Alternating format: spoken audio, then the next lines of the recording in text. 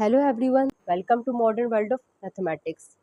Last video में हमने exercise 2.5 का क्वेश्चन नंबर 1 एंड 2 किया। आज हम कंटिन्यू करेंगे अपनी एक्सरसाइज को। उससे पहले डिस्क्रिप्शन में मैंने लास्ट वीडियो का भी लिंक दे दिया है और उसके साथ साथ उस वीडियो का भी लिंक है जिसमें हमारे पास प्रॉपर कॉम्प्लेक्स नंबर्स के कॉन्सेप्ट को हमने क्लियर किया। तो इस एक्सरसाइज को करने से पहले हमें ये समझना ज़रूरी है कि कॉम्प्लेक्स नंबर्स हैं क्या। तो उसकी एक प्रॉपर वीडियो बनी हुई है जिसका लिंक मैंने डिस्क्रिप्शन में दे दिया है, तो वो जाके पहले लाजमी देखें, देन आप इस एक्सरसाइज को कर सकते हैं। तो जी स्टार्ट करते हैं अपने क्वेश्चन नंबर 3 को। 2.5 question number 3, right the real and imaginary part of the following numbers. तो जी इन नंबर्स के हम लोगों ने रियल और इमेजिनरी पार्ट्स को लिखना है। तो मैं क्वेश्चन उतार लेती हूँ।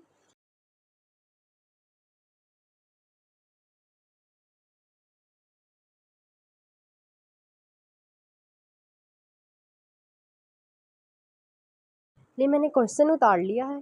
अब हम इस क्वेश्चन को सॉल्व करते हैं। तो सबसे पहले हम थोड़ा सा ओवरव्यू ले लेते हैं कि कॉम्प्लेक्स नंबर्स होते क्या हैं।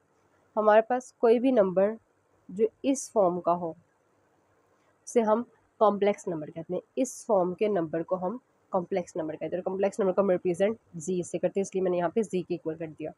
ये हमारे पास रियल नंबर होता है और ये बी भी हमारे पास रियल नंबर होता है। वो पार्ट जिसके साथ अयोटा अपेयर हो उस पार्ट को हम इमेजिनरी पार्ट कहते हैं और इस पार्ट को हम रियल पार्ट कहते हैं। तो हमने यहाँ पे रियल और इमेजिनरी पार्ट दोनों बताने हैं। रियल पार्ट को लिखने का तरीका है real of z is equal to A. क्योंकि यहाँ पे रियल पार्ट ए ही है इसलिए मैंने ए लिख दिया। और इमेजिनरी पार्ट को लिखने का तरीका है imaginary part of z is equal to b. तो जी सबसे पहले तो आप लेट कर लें इसको z के इक्वल। अब आप बताएं कि इसका इमेजिनरी और रियल पार्ट क्या है। तो आपको मैंने कहा कि ये हमारे पास रियल पार्ट होता है और इस एयोटा के साथ जो वैल्यू होती है वो हमारे पास इमेजिनरी पार्ट होता है। तो रियल पार्ट को लिखने का क्या तरीका था, real of z is a की जगह क्या है 1, तो मेरे पास रियल पार्ट क्या आ गया 1। Imaginary part of z is equal to, मैंने बोला एयोटा के साथ जो वैल्यू होती है, यहाँ पे एयोटा के साथ क्या वैल्यू है 1। तो मेरे पास इस क्वेश्चन का रियल और इमेजिनरी पार्ट ये आ गया। अब हम चलते हैं पार्ट 2 की तरफ। अगेन पहले से लेट कर लें z की इक्वल। अब आपने रियल और इमेजिनरी पार्ट बताना है। तो रियल ऑफ z क्या है, रियल पार्ट ऑफ z क्या है, ये a, जिसको हम जनरल फॉर्म में क्या कहते हैं a। ये हमारे पास क्या है -1। इसी तरह हमारा इमेजिनरी पार्ट है ये नंबर जो कि है 2। नेक्स्ट है हमारा पार्ट 3। लेट कर लिया z इक्वल है -3 अयोटा प्लस 2। तो हमने रियल पार्ट बताना है। तो रियल ऑफ z क्या है और इमेजिनरी पार्ट ऑफ z क्या है। आपको मैंने बोला कि एयोटा के साथ की जो वैल्यू होती है वो हमारे पास इमेजिनरी पार्ट होता है। इसका मतलब अयोटा पहले अपेयर हो रही है ये अलग चीज़ है, लेकिन अयोटा के साथ वाली क्या है इमेजिनरी पार्ट। तो ये मेरे पास क्या है इमेजिनरी पार्ट। और जो रियल नंबर सिंपल होता है उसे हम रियल पार्ट कहते हैं। तो हमारे पास ये क्या आ गया 2। देन हम चलते हैं अपने पार्ट 4 की तरफ। हमने लेट कर लिया c के इक्वल। सेम काम करना है सब में, सबसे पहले लेट करना है। अब फिर हमने रियल पार्ट बताना है और इमेजिनरी पार्ट बताना है। इसका रियल पार्ट क्या है हमारे पास ये, यानी कि -2, और इमेजिनरी पार्ट क्या है ये। साथ साइन भी आता होता है तो साथ क्या आ जाएगा -2। अगर तो पॉजिटिव साइन होता तो हम लोग यहाँ पे डायरेक्ट 2 लिख रहे थे, क्योंकि क्या था साइन साथ पॉजिटिव, तो इधर 2 लिख रहे थे। लेकिन चूँकि अब साइन क्या है नेगेटिव तो हम साथ -2 लिखेंगे। अब हम चलते हैं अपने पार्ट 5 की तरफ। अगेन लेट किया z is equal to -3 iota. Real part भी बताना है और इमेजिनरी पार्ट भी बताना है। तो आप कहेंगे मिस इसमें तो सिर्फ आयोटा वाली वैल्यू है, दूसरी वैल्यू तो है ही नहीं। तो जो मैंने आपको कॉम्प्लेक्स नंबर्स की वीडियो में बताया था कि मेरे पास ए और बी क्या है, रियल नंबर, तो मेरे पास ए 0 भी तो हो सकता है।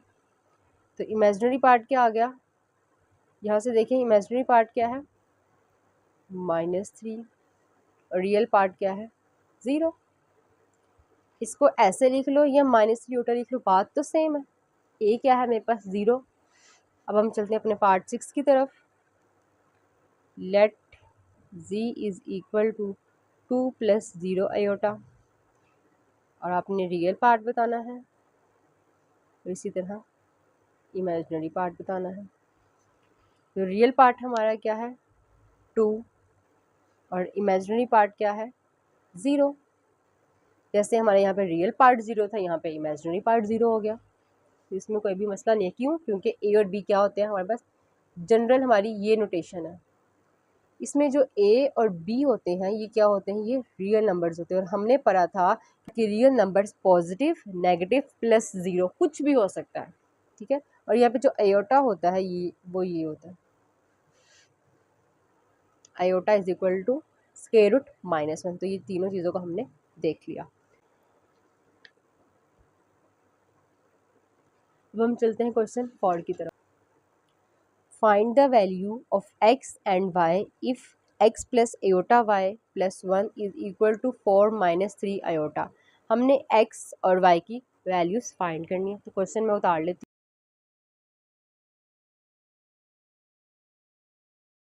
जी क्वेश्चन मैंने लिख लिया है, तो अब सोल्यूशन लिख लें। हमारे पास क्या है, x + iota y + 1 is equal to 4 - 3 iota. इसको सिंप्लीफाई कर लेते हैं। ये भी मेरे पास रियल पार्ट है, ये भी रियल पार्ट है, तो ये बन जाएगा x + 1 + y iota is equal to 4 - 3 iota.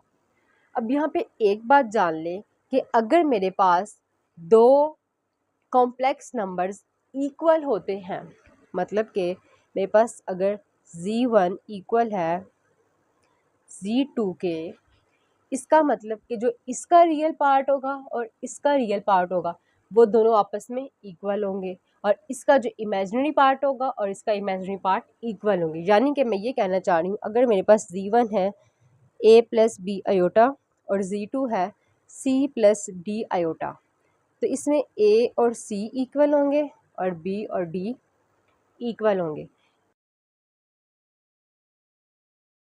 तो अगर आपको ये बात समझ आ गई है तो आप इसको सॉल्व कर सकते हैं। हमने कहा कि अगर दो कॉम्प्लेक्स नंबर इक्वल होते हैं, इसका मतलब कि उन कॉम्प्लेक्स नंबर्स के रियल पार्ट्स भी इक्वल हैं और इमेजिनरी पार्ट्स भी इक्वल हैं। तो मेरे पास x + 1 इक्वल हो जाएगा 4 के, x + 1 इज इक्वल टू 4, और मेरा इमेजिनरी पार्ट क्या है y is equal to -3। Iota का साइन साथ नहीं आएगा, सिर्फ और सिर्फ वैल्यूज आएंगी। तो y इज इक्वल टू -3। तो यहाँ से हमें पता चल गया कि y हमारा क्या है -3। अब हम आते हैं अपनी x की वैल्यू के लिए। x is equal to 4 - 1, plus का था 1 उधर जाके माइनस का हो गया, और x इज इक्वल टू 3 आ गया हमारे पास। तो हमारे पास x और y की क्या वैल्यूज आई, हम लिख सकते हैं hence x is equal to 3, y is equal to -3।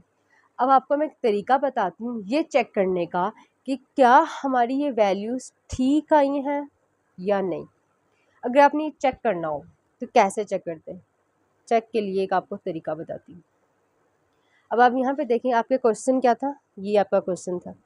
आपने क्या करना है, आपने इसमें अपनी x और y की वैल्यूज़ को पुट कर देना। तो पहले मैं यहाँ पे क्वेश्चन लिख लेती हूँ, x + iota y + 1 is equal to 4 - 3 iota. अब भाई आपको नहीं पता कि भाई मेरा आंसर ठीक आया है या नहीं आया, तो आप चेक करना चाहते हैं कि भाई आंसर ठीक है या नहीं। आप क्या करेंगे, आप x और y की वैल्यूज़ को अपनी इस इक्वेशन के अंदर जो हमारे क्वेश्चन में गिवन है उसमें पुट कर देंगे।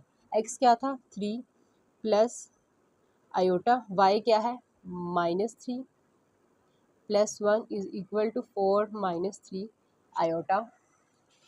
देन ये बन जाएगा 3 माइनस, इसको आप लिख सकते हैं 3 आयोटा माइनस का साइन, और आयोटा 3 लिखें या 3 आयोटा लिखें सेम बात है, और ये +1 as it is equal to 4 minus 3 iota. 3 + 1 4 minus 3 iota is equal to 4 minus 3 iota. अब ये दोनों एक दूसरे के इक्वल आ गए, इसका मतलब आपकी जो x और y की वैल्यूज़ हैं वो वैल्यूज़ ठीक हैं। तो ये आपके पास चेक करने का तरीका होता है, जब भी हमें इक्वेशंस गिवन हो और हमने वैल्यूज़ निकालनी हो तो हम उन वैल्यूज़ को अपनी गिवन इक्वेशन के अंदर पुट करते हैं। अगर वो इक्वेशन इक्वल आ जाए, जैसे कि यहाँ पे आई, इसका मतलब कि हमारी जो वैल्यूज़ हैं वो बिल्कुल करेक्ट हमने फाइंड की है। तो ये थी हमारी एक्सरसाइज 2.5। आज के लिए इतना ही। नेक्स्ट वीडियो में इंशाल्लाह हम स्टार्ट करेंगे अपनी एक्सरसाइज 2.6। टेक केयर, अल्लाह हाफिज़।